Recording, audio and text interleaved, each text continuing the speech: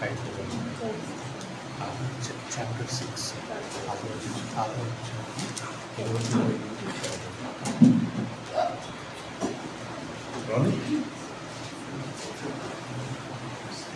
దేవుని పరిశుద్ధ నామముకి వందనాలు చెల్లిస్తున్నాను. సమయం ఇచ్చిన గారికి వందనాలు. సామెతలు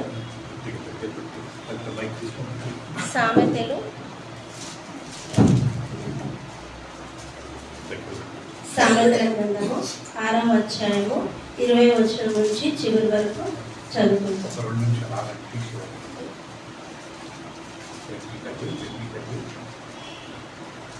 సామెతల గ్రంథము 6వ అధ్యాయము 20వ వచనం నుంచి చివరి వరకు చదువుకుంటాం. నా కుమారుడా, నీ తండ్రి ఆజ్ఞను గైకొనుము, నీ తల్లి ఉపదేశమును త్రోసివేయకుము. వాటిని ఎల్లప్పుడూ నీ హృదయమునందు ధరించుకొనుము, నీ మెడ చుట్టూ వాటిని కట్టుకొనుము. నీవు త్రోవను వెళ్ళినప్పుడు అది నిన్ను నడిపించును, నీవు పడుకొనినప్పుడు అది నిన్ను కాపాడును, నీవు మేలుకొనినప్పుడు అది నీతో ముచ్చటించును. ఆజ్ఞ దీపముగాను ఉపదేశము వెలుగుగాను ఉండును. శిక్షార్థమైన గద్దింపులు జీవ మార్గములు. చెడు స్త్రీ యొద్దకు పోకుండాను పరస్త్రీ పలుకు ఇచ్చకపు మాటలకు లోబడకుండాను అవి నిన్ను కాపాడును. దాని చక్కదనమునందు నీ హృదయములో ఆశపడకుము. అది తన కనురెప్పలను చిక్కిలించి నిన్ను లోపరుచుకొను నీయకుము. వేష సాంగత్యము చేయువానికి రొట్టె తునక మాత్రము మిగులుండును. మగనాలు మిక్కిలి విలువగల ప్రాణమును వేటాడును. ఒకడు తన ఒడిలో అగ్ని నుంచుకుని ఎడల వాని వస్త్రములు కాలకుండునా?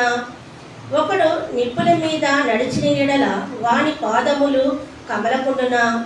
తన పొరుగువాని భార్యను కూడువాడు ఆ ప్రకారమే నాశనమగును. ఆమెను ముట్టువాడు శిక్ష తప్పించుకొనుడు.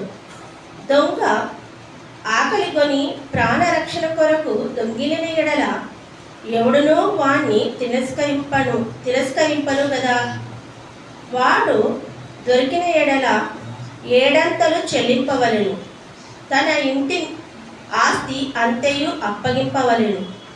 జారత్వము జరిగించువాడు కేవలము శూన్యుడు.